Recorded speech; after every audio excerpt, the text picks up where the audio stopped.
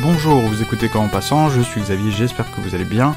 Voici le 16e épisode du podcast consacré à La Dernière Bande de Samuel Beckett. La Dernière Bande, qu'est-ce que c'est ? C'est une pièce de théâtre, un texte donc écrit par Beckett en anglais puis traduite par lui-même en français. C'est un texte assez court et que j'ai eu la chance de voir mise en scène au Théâtre de l'Œuvre il y a quelques semaines dans une mise en scène de Peter Stein et dans le rôle j'allais dire principal, mais dans le seul rôle, Jacques Weber. Donc si ces noms ne vous disent rien, je mettrai des liens dans l'article qui correspond à cet épisode sur le site comenpassant.fr.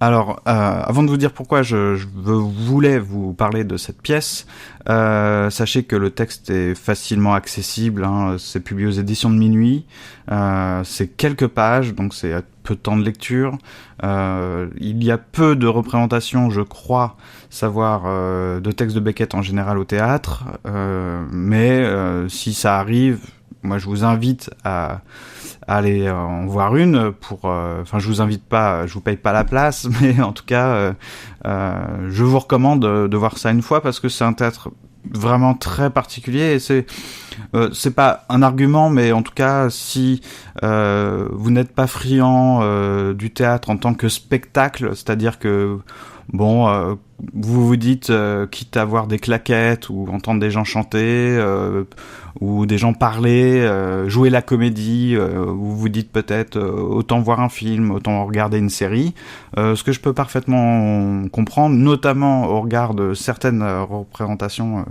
au théâtre depuis quelques années. D'ailleurs, je trouve depuis longtemps, on déforme beaucoup les textes. Je ne crie pas à l'outrage, mais parfois ça devient grotesque, parfois c'est bien fait et ça passe, mais souvent c'est vrai, on a des chansons, on a de la danse, on a de l'image projetée, et puis parfois même on a pire, on a des trucs qui sont à l'origine pas vraiment drôles, mais on nous en fait une comédie potache, une espèce de vaudeville.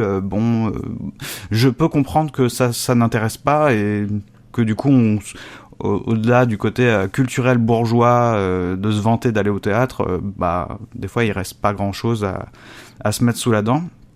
Or, je pense que les pièces de Beckett...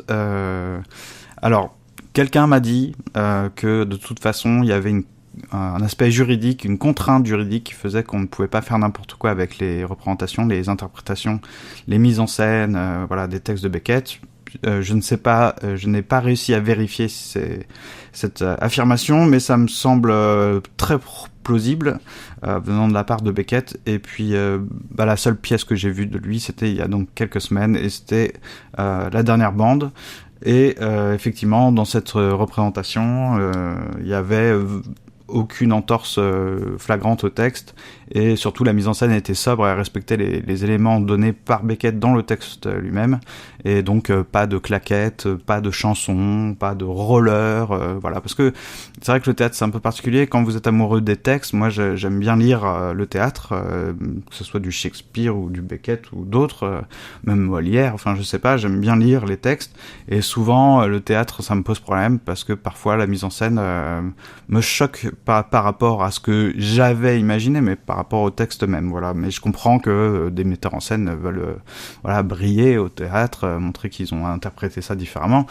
On ne va pas discuter de ça, parce que peut-être que vous êtes un grand comédien ou un grand metteur en scène et que vous pensez que c'est tout à fait non seulement légitime, mais parfois très intéressant de le faire, mais voilà. En tout cas, il n'y aura pas de ça avec Beckett a priori. Pas de spectacle en tant que tel, et du coup je pense que c'est pas mal, parce que là on en vient à pourquoi je vous parle finalement de ce texte là, c'est qu'on est très proche du texte, mais au sens d'un vrai travail de ce qu'on a au théâtre, c'est, je pense, assez proche de ce que Beckett a eu en tête en écrivant, c'est-à-dire qu'on est proche. Vous allez voir pourquoi, c'est parce que de toute façon Beckett dans ses textes, dans ses pièces de théâtre, que ça soit dans La Dernière Bande ou dans une pièce comme Oh les beaux jours, Beckett donne beaucoup de consignes, des didascalies, donc il décrit beaucoup ce qui se passe. Donc pourquoi s'en écarter, puisque ça a l'air d'être vraiment pensé par Beckett. Et j'en viens à une première espèce d'affirmation comme ça de ma part, qui est que il y aurait plus vraiment de distinction entre le roman et le théâtre à ce compte-là. Mais c'est une sorte d'affirmation hésitante, hein, presque une question. Je dis ça parce que véritablement, au début de la dernière bande et tout au long du texte, Beckett décrit les gestes du personnage. Alors peut-être qu'après le comédien, je connais pas le travail de comédien. Et puis dans la représentation que j'ai vue, Jacques Weber fait ça vraiment de manière incroyable. Donc Beckett ne dit pas tout ce qu'il faut faire. Mais la moindre prise de parole est souvent, très souvent, quasiment systématiquement coupée dans le texte, en tout cas par une parenthèse, une didascalie qui dit que le personnage dit ça en souriant, en haussant les épaules, en se grattant la tête, en se penchant vers, je sais pas moi, vers un livre, vers une tasse de café. Enfin voilà, il y a vraiment beaucoup d'éléments. Par exemple, dans cette pièce, la dernière bande, on voit le personnage sur scène jeter une peau de banane dans la fosse ou manger de toute façon une banane. Se rendre à l'arrière-scène, s'éloigner du public pour boire de l'alcool. Et ben tout ça c'est écrit par Beckett dans le texte. C'est pour ça que je vous disais que tout d'un coup on lit un texte mais c'est presque comme un roman puisqu'il y a tellement de descriptions, on a beaucoup d'éléments pour tout imaginer s'il est question d'imaginer.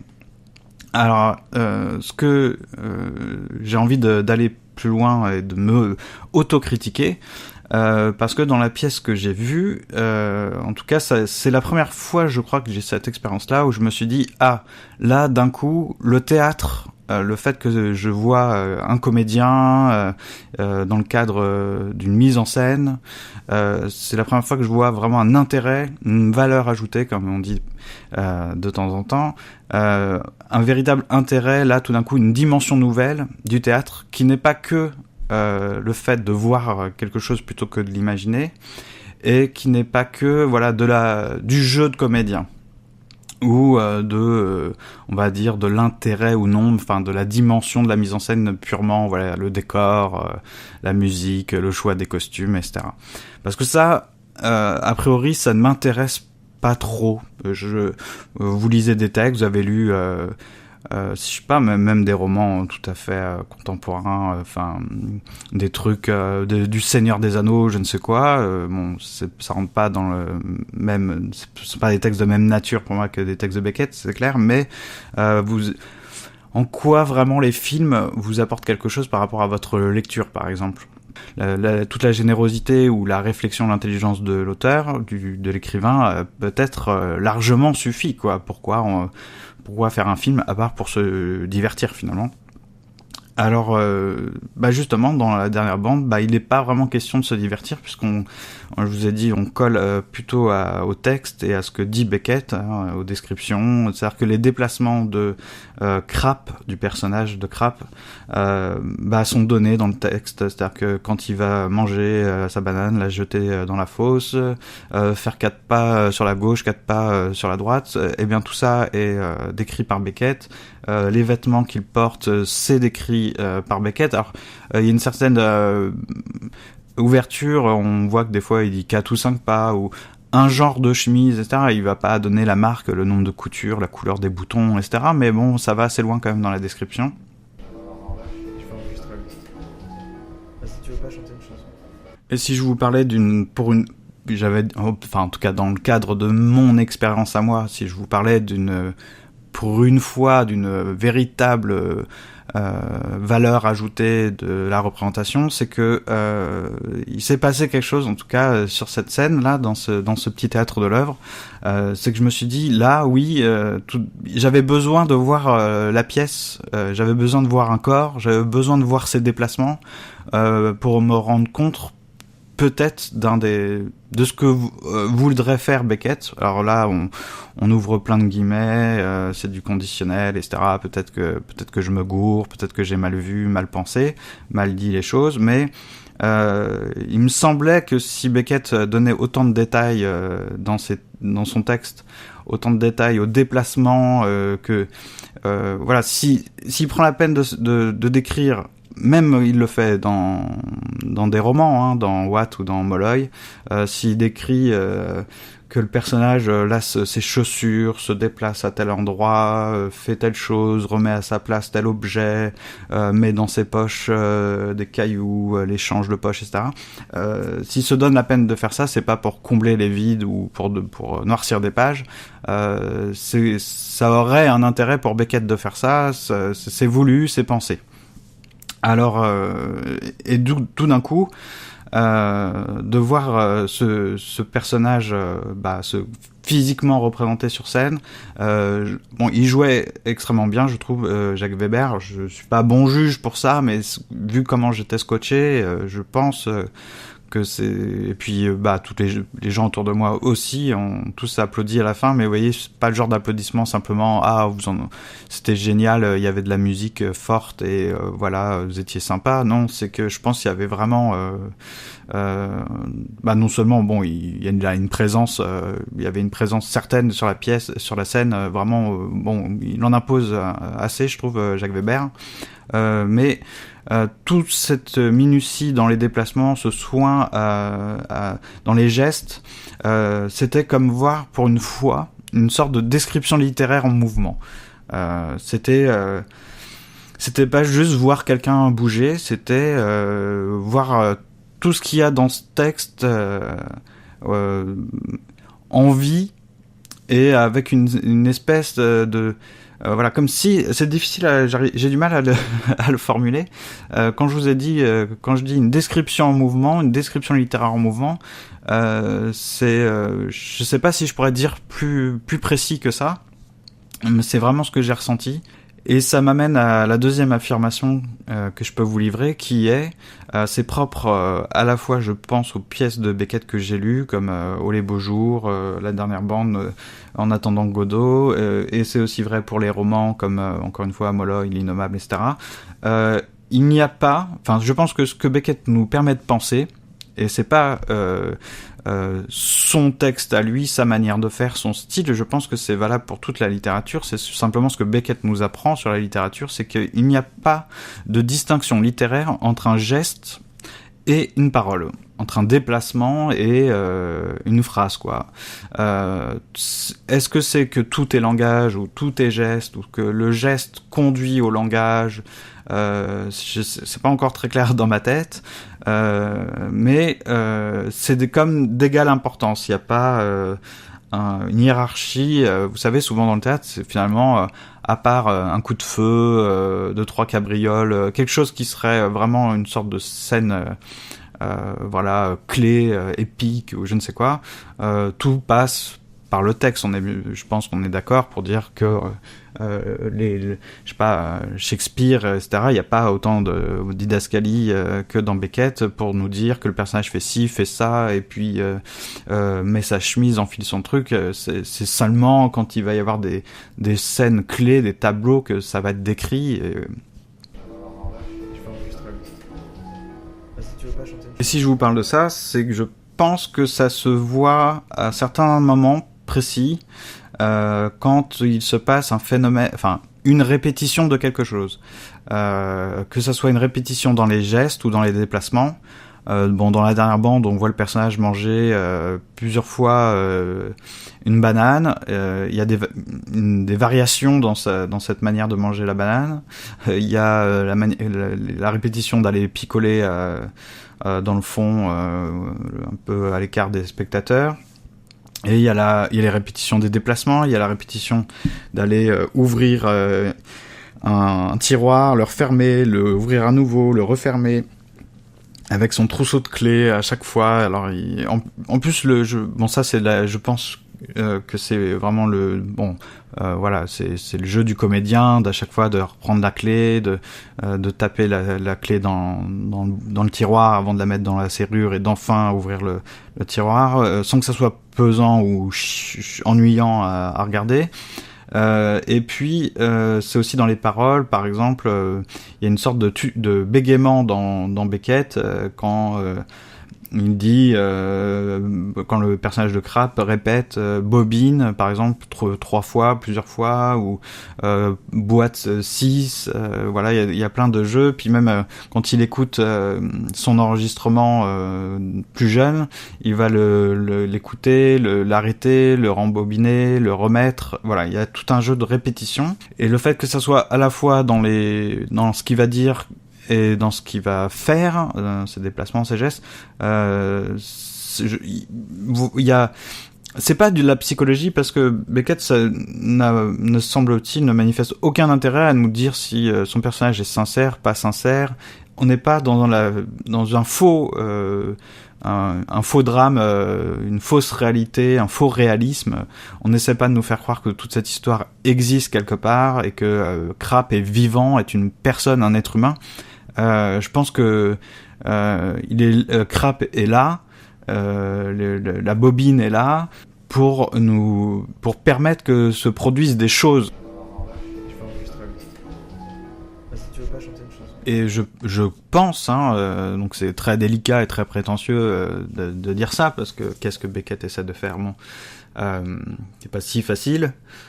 Puisque justement on n'est pas dans le déroulement d'une logique, d'une intrigue, on va pas vers un dénouement véritablement, pas plus que dans les romans, donc on n'est pas dans encore une fois dans l'intrigue psychologique, ce que Crap pense, ce que Molloy pense dans le roman Molloy, ce que Watt pense dans le roman Watt, ça n'a pas d'importance, et d'ailleurs c'est pas vraiment donné par Beckett.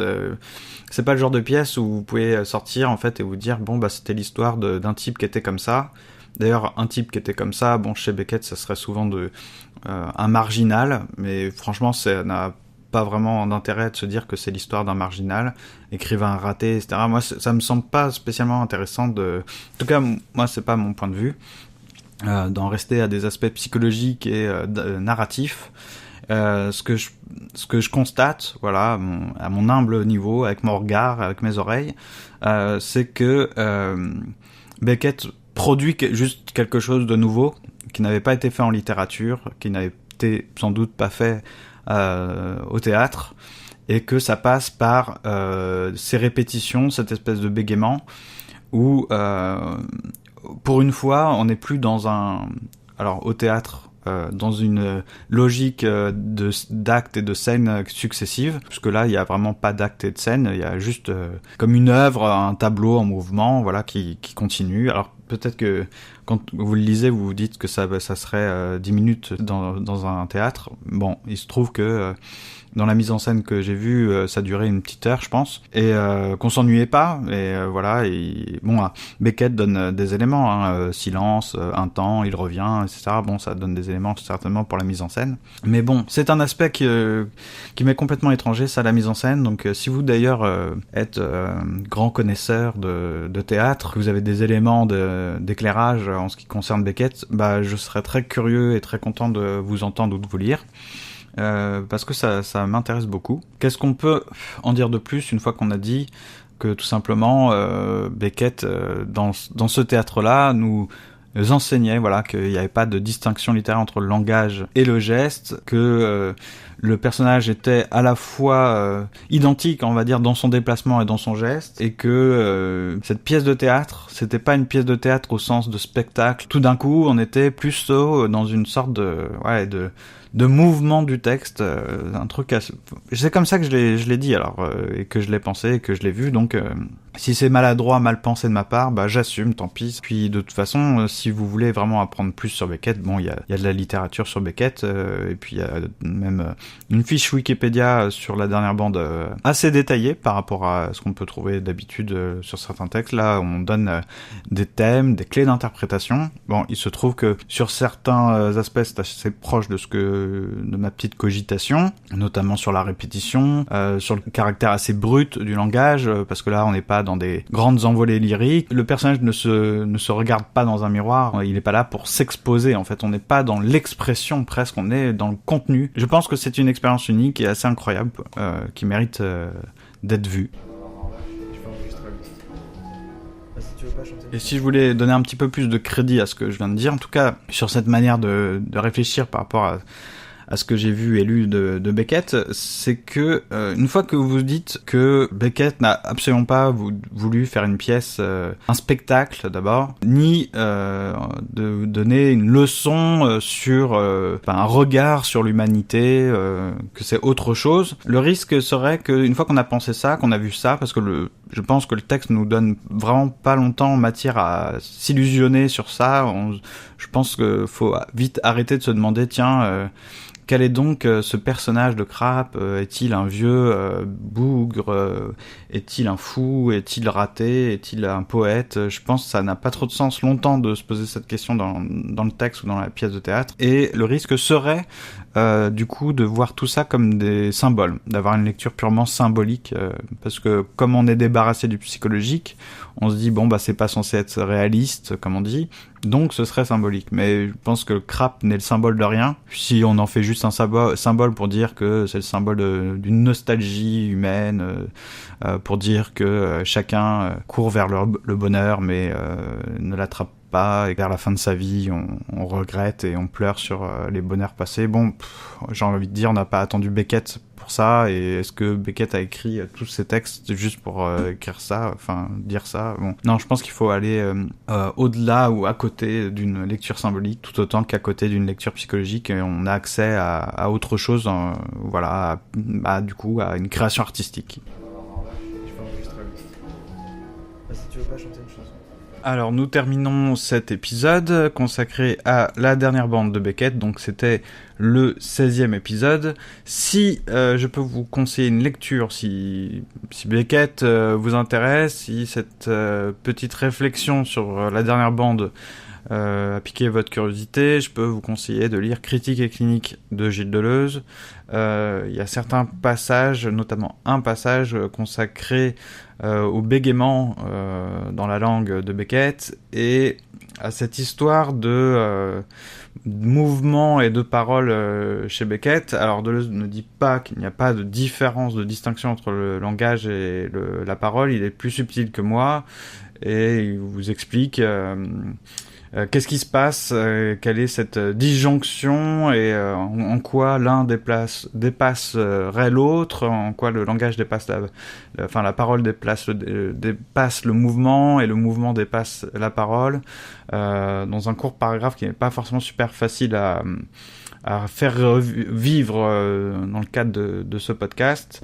Mais voilà, je peux vous conseiller cette lecture. Bien sûr, vous retrouverez tous les éléments qui ont contribué à cet épisode sur le site commentpassant.fr. Je remercie Hué parce que sans elle, je ne serais pas allé voir cette pièce de théâtre, et comme c'était vraiment une belle expérience, je la remercie. Je remercie également Karine d'une fille un podcast, et Zafeu pour leur retour sur le précédent épisode consacré à la rage, enfin se défaire de nos rages, qui était avec Michel, que je remercie toujours parce que j'essaie de cogiter un prochain sujet de réflexion. Je vais vous en parler dans quelques secondes. Je remercie également tous les auditeurs. De toute façon, je vous remercie vous d'écouter le podcast et de parfois le partager sur les réseaux sociaux. Voilà, ça aide à la diffusion du podcast. Je vous rappelle que vous pouvez toujours contribuer, apporter votre contribution par un texte ou par un enregistrement audio. Tout ça c'est sur le site internet ou sur les réseaux sociaux, sur Facebook, Twitter, etc. Vous pouvez me retrouver en cherchant Comment Passant. Le tout prochain épisode, donc le 30 juillet probablement, normalement je ne serai pas en retard, je ferai quelque chose, je n'ai pas commencé, donc voilà, j'ai 2 semaines pour faire ça. Je voulais vous parler de Tchekhov, et j'ai vu La Mouette au théâtre, je l'ai lu, et j'ai lu également Un fou de Platonov, et je n'ai pas encore le bon bout par lequel commencer faire cet épisode, mais j'aimerais bien faire cet épisode, donc je vais le faire, je pense. Également, Dans 2 semaines plus tard, je serai, il me semble, j'ai pas bien calculé, mais il me semble que je serai en vacances, loin, j'allais dire de la planète Terre, j'aimerais bien, mais non, mais loin de Paris. Je ne pourrai pas mettre en ligne un épisode, ni le faire avant, ce sera pas possible. Donc j'enregistrerai certainement des choses là-bas. Ce sera en Corée du Sud, à Séoul et à Daegu, je sais pas comment on prononce. Je n'ai aucune notion de coréen encore, mais je vais essayer d'apprendre, c'est promis. Je ferai peut-être un épisode justement lié au voyage, pourquoi pas, mais je veux pas que ce soit seulement un carnet de voyage, vous parlez de moi et de ce que je vois, de ce que je mange, mais bon, on pourra faire peut-être un truc plus léger.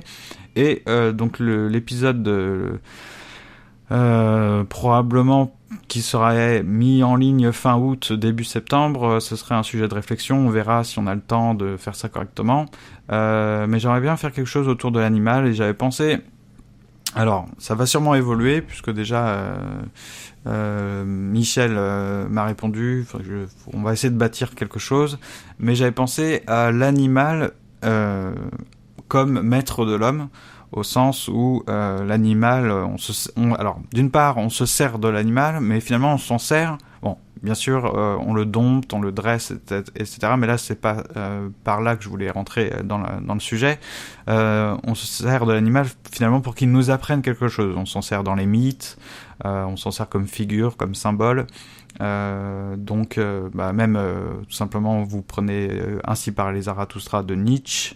Vous pensez au chameau, au dragon, au lion, au serpent, à l'aigle. Voilà, il y a des animaux qui sont certes utilisés, mais pour nous enseigner quelque chose. Et puis également, plus râler pas crête, mais c'est sûrement ce qui m'intéresse le plus, c'est que l'expérience, faire l'expérience de l'animal, regarder, observer un animal, ça nous enseignerait quelque chose sur nous-mêmes, l'homme, mais sur la vie aussi et sur l'existence. On verra comment.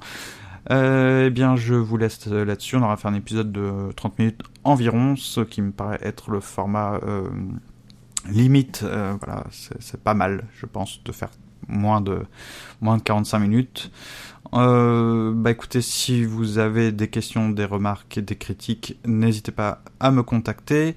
Je posterai également, je vais essayer de faire ça avant de partir en vacances, un billet sur le blog pour parler un petit peu technique, micro, matériel d'enregistrement, pour faire un podcast, pour vous dire combien ça coûte, quel matériel j'ai acheté et pourquoi. On se retrouve donc aux alentours du 30 juillet pour parler de Tchekhov. D'ici là, j'espère que vous trouverez de quoi, pas seulement dans mon podcast, mais dans votre propre vie de tous les jours, de quoi renouveler votre curiosité pour la vie, pour les autres, pour le monde. Et écoutez, en tout cas, j'espère que vous n'avez pas été touché de près ou de moins près par l'attentat de Nice qui a eu lieu cette semaine. En tout cas, j'ai une petite pensée pour les Niçois. Et on se retrouve bientôt pour de nouvelles aventures et nouvelles lectures. Ciao.